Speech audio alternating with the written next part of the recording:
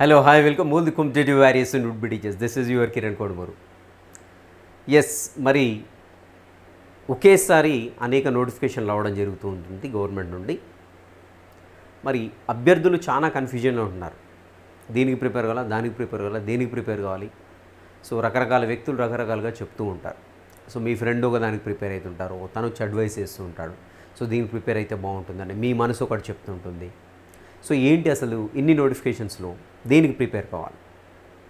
So ఉదాహరణకు ఒక వ్యక్తి బాగా ఆకలితో ఉన్నాడు. సో అతని ముందు ఒక 5-6 రకాల ఫుడ్ పెట్టాడు అనుకుందాం, మంచి డెలిషియస్ ఫుడ్. సో మరి ఏది తీసుకుంటే బాగుంటుంది. సో ఒకడు వస్తాడు బిర్యానీ తినమంటాడు, ఇంకోటి వస్తాడు గులాబ్ జామ్ తినమంటాడు, ఇంకోటి వచ్చేసి ఫ్రూట్స్ తినమంటాడు, ఇంకోటి వచ్చేసి స్పైసీగా ఉంది ఇది బాగుంటుంది తినమంటాడు. సో మరి ఎవరు డిసైడ్ చేసుకోవాలి ఏం తినాలని, ఎలా డిసైడ్ చేసుకోవాలి. సో ఏమి తినాలనేది ఆకలితో ఉన్న వ్యక్తికి మాత్రమే తెలుస్తుంటుంది. ఎందుకంటే తన యొక్క స్థాయి ఏంటి, తన యొక్క ఆరోగ్య పరిస్థితి ఏంటి అనేది దాన్ని బట్టి డిసైడ్ చేసుకోవడం జరుగుతుంది. ఉదాహరణకు అక్కడ ఆకలితో ఉన్నటువంటి వ్యక్తి డయాబెటిక్ పేషెంట్ అనుకుందాం. సో నేను వెళ్ళి చెప్తాను గులాబ్ జామ్ తిని బాగుంటుంది అంటాడు. అతని స్థాయి తనకు తెలుసు కదా, తన ఆరోగ్య పరిస్థితి ఏంటి తెలుసు కదా. గులాబ్ జామ్ తింటే తన బాడీ సూట్ కాదు కదా. సో కాబట్టి ఇంకో వ్యక్తి వస్తాడు. ఫర్ ఎగ్జాంపుల్ అక్కడ ఆకలితో ఉన్నటువంటి వ్యక్తి అల్సర్ కలిగి ఉంది, స్టమక్లో అల్సర్ ఉంది అనుకుందాం. సో ఒక వ్యక్తి వచ్చేసి బిర్యానీ తిని బాగుంది అంటాడు. సో బిర్యానీ తింటే ఏమవుతుంది, కడుపులో మంటలేస్తుంది, అంటే ఇతనికి సూట్ కాదు అది. సో కాబట్టి ఎవరు ఏం చెప్పినా, కోచింగ్ సెంటర్లో అయినా సరే, మీ ఫ్రెండ్స్ అయినా సరే, నేనైనా సరే, దేవుడైనా సరే, ఎవరు ఏది చెప్పినా మీ స్థాయి ఏంటి ఫస్ట్ అంచనా వేసుకోండి. మీకు విషయ పరిజ్ఞానం ఎంతవరకు ఉంది మీ దగ్గర, సో దానిని బట్టి నెక్స్ట్ మీకు ఉండేటువంటి సమయాన్ని బట్టి అంచనా వేసుకోండి. ఇప్పుడు ఈ సెషన్లో జస్ట్ మన ఆస్పిరెంట్స్ అడుగుతూ ఉన్నారు, సో డిఎస్కి ప్రిపేర్ అవ్వాలా, గ్రూప్ 2 ప్రిపేర్ అవ్వాలా, గ్రూప్ 3కి ప్రిపేర్ అవ్వాలా, చాలా కన్ఫ్యూజన్గా ఉంది సార్, మాకు ఏదైనా ఒకటి చేయండి వీడియో అనేసి అడుగుతున్నారు. సో చూద్దాం మరి దీనికి ప్రిపేర్ అవ్వడానికి అవకాశం ఉంటుందా. సో మనం ఇక్కడ 3 విషయాల్ని పరిగణలోకి తీసుకోవాలి. ఏ ఎగ్జామ్ అయినా ప్రిపేర్ అయ్యే కంటే ముందు మన దగ్గర ఉన్నటువంటి సంబంధిత మీరు రాసేటువంటి ఎగ్జామ్కి సంబంధించినటువంటి విషయ పరిజ్ఞానం ఎంతవరకు ఉంది. నెక్స్ట్ తర్వాత మనకి ఎగ్జామ్కి ఎంత డ్యూరేషన్ ఉంది ఇక్కడ మనకి. Next after exam so select అయిన తర్వాత ఆ యొక్క జాబ్ నేచర్ ఏంటి, మన కుటుంబ పరిస్థితులు ఏంటి, సూట్ అవుతుందా లేదా, ఈ 3 అంశాలని కూలంకషంగా పరిశీలిద్దాం. ఇప్పుడు ఫస్ట్ వచ్చేసి DSC versus group 2 or group 3 చూద్దాం ఏంటి.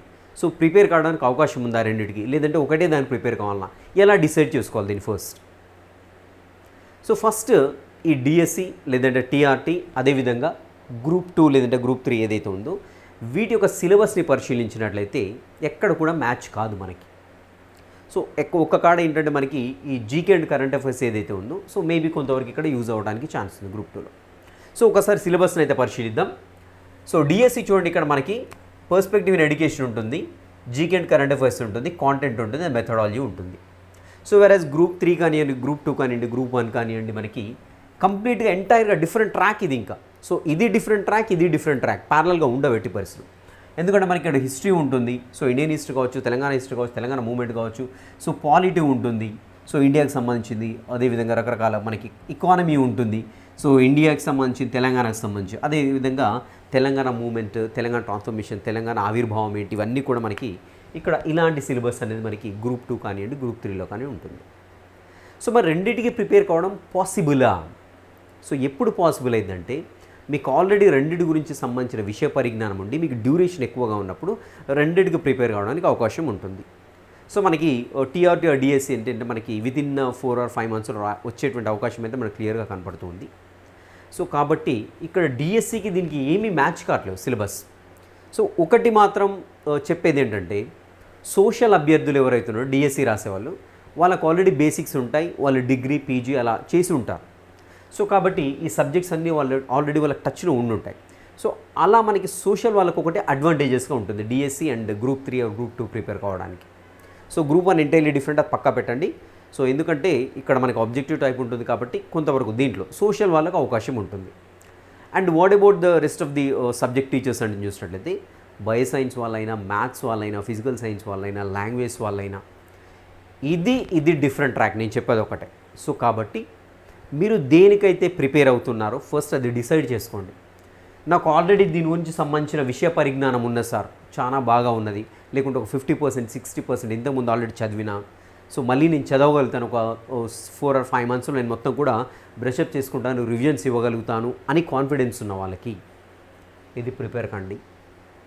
సో అలా కాదు సార్, నేను డిఎస్సీనే టెట్కి డిఎస్సీనే ప్రిపేర్ అవుతున్నాను, ఇంతవరకు టచ్ లేదు, కానీ నా మనసు ఎందుకు ఊరుకోవట్లేదు, దీని గ్రూప్ 2 చదివితే బాగుండు అనిపిస్తుందంటే అలా కాదు. మీ స్థాయి ఏంటి, ఈ సబ్జెక్టులకు సంబంధించిన మీ స్థాయి ఏంటి, విషయ పరిజ్ఞానం అస్సలు లేదు, నేను కొన్ని రోజుల నుంచి డిఎస్సీ ప్రిపేర్ అవుతున్నాను, సడన్గా గ్రూప్ 2లో గ్రూప్ 3 నోటిఫికేషన్ రాగానే వెంటనే అటు మళ్ళీ ఉంటుంది మనసు. సో అలా కాదు. ఏంటి, ఆల్రెడీ మీరు కొన్ని రోజుల నుంచి డిఎస్సీకో టెట్కో దేనికో ప్రిపేర్ అవుతున్నారు, దానికే ప్రిపేర్ కండి, ఇంకోవైపు డైవర్ట్ కాకండి ఎట్టి పరిస్థితుల్లో కూడా. సో ఎందుకంటే మనం ఆల్రెడీ టచ్లో ఉన్నాము, మీ యొక్క విషయ పరిజ్ఞానం మీకు ఉంది. సో ఇది ఎంటైర్లీ ఇప్పుడు నాకైతే బయోసైన్స్ ఫర్ ఎగ్జాంపుల్, నాకు ఇలాంటి సిచ్యువేషన్ వస్తే మాత్రం నేను డిఎస్సీ పైనే పడిపోతాను, ఎందుకంటే నాకు ఈ సబ్జెక్ట్ టచ్లో లేని సబ్జెక్ట్. అప్పుడెప్పుడు 10th చదివి ఉంటాను. సో 10th చదివిన దానికి చాలా చేంజెస్ వచ్చి ఉంటాయి, అండ్ వచ్చేసి మనకి ఇక్కడ డెప్త్గా కూడా ఉంటుంది సిలబస్. సో ఏమీ టచ్ లేని సబ్జెక్ట్ చదివిందంటే ఆల్రెడీ టచ్ ఉన్న సబ్జెక్ట్ కదా మనకి, ఇది మన కాంటెంట్ టచ్ అనేది ఉంటుంది, 44 మార్క్స్ సింహభాగం ప్లే చేస్తూ ఉంటుంది.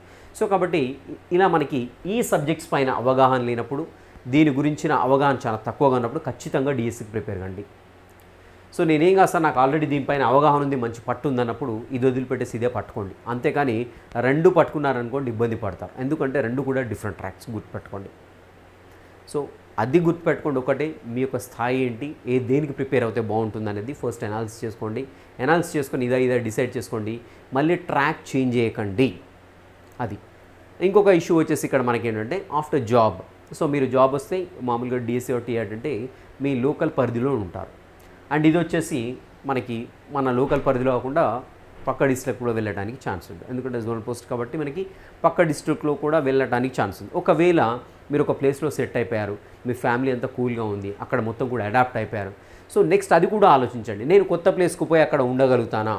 సో ఇక్కడ ఉండేటువంటి ఇప్పుడు టీచర్ జాబ్లో ఉండే కంటే ఈ జాబ్లో సో దాని స్థాయి అనేది ఎక్కువగా ఉంటుంది, ఎట్ ద సేమ్ టైం అంతే లెవెల్లో టెన్షన్స్ కూడా ఉంటాయి ఈ జాబ్లో. నేను దీనికి ప్రిపేర్ కావద్దనట్లేదు, నేను ఉన్న వాస్తవాన్ని చెప్తున్నాను. సో ఇది కూల్గా ఉంటుంది, నెక్స్ట్ వచ్చేసి టెన్షన్గా ఉంటుంది, బట్ దీంట్లో ఉండే వాల్యూ కంటే కూడా దీంట్లో మనకి సమాజంలో ఎక్కువ వాల్యూ ఉంటుంది, ఎందుకంటే దీని క్యాడర్ ఎక్కువగా ఉంటుంది.